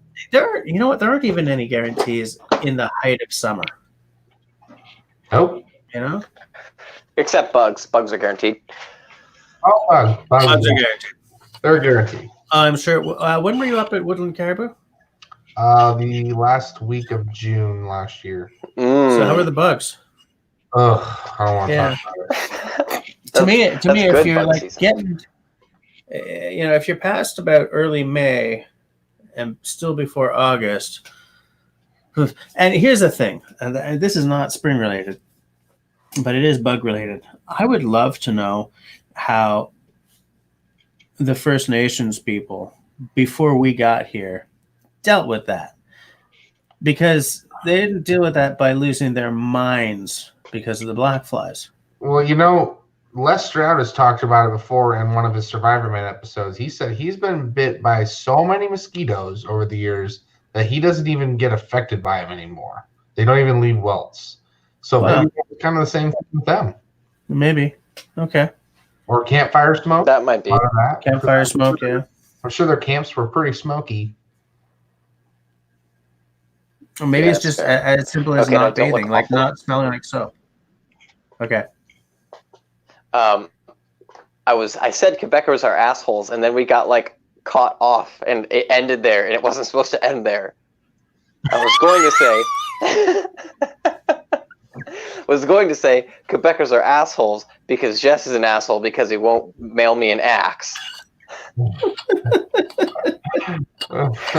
So no, not all Quebecers are assholes, all right? I know a couple at least that are decent. It's just you won't mail me an axe. I'll mail you other stuff. I'll figure something out. I'll mail you a saw. It'll be fine. Okay, fine. Wow, I got off really well in this. I like you. Don't worry. All right, we're at 11:01, guys. So on that note, thanks to both of you for hanging out and saying interesting stuff. Avid, I missed the video that you put up with the hammock camping, but I'm going to go watch that right now. Right on, man. Sounds good. Tyler, I'm obviously going to talk to you bloody soon, and all you guys in the side chat, thanks for hanging out to the bitter end. Good night, everyone. Next week ain't going to do this because I'm going to be locked into the St. Patrick's Week slaughter. I'll hope to be healthy again by the following Tuesday and not have bronchitis or anything. But so I'll see you guys in 2 weeks. Thanks a lot. Good night, everybody. Good night.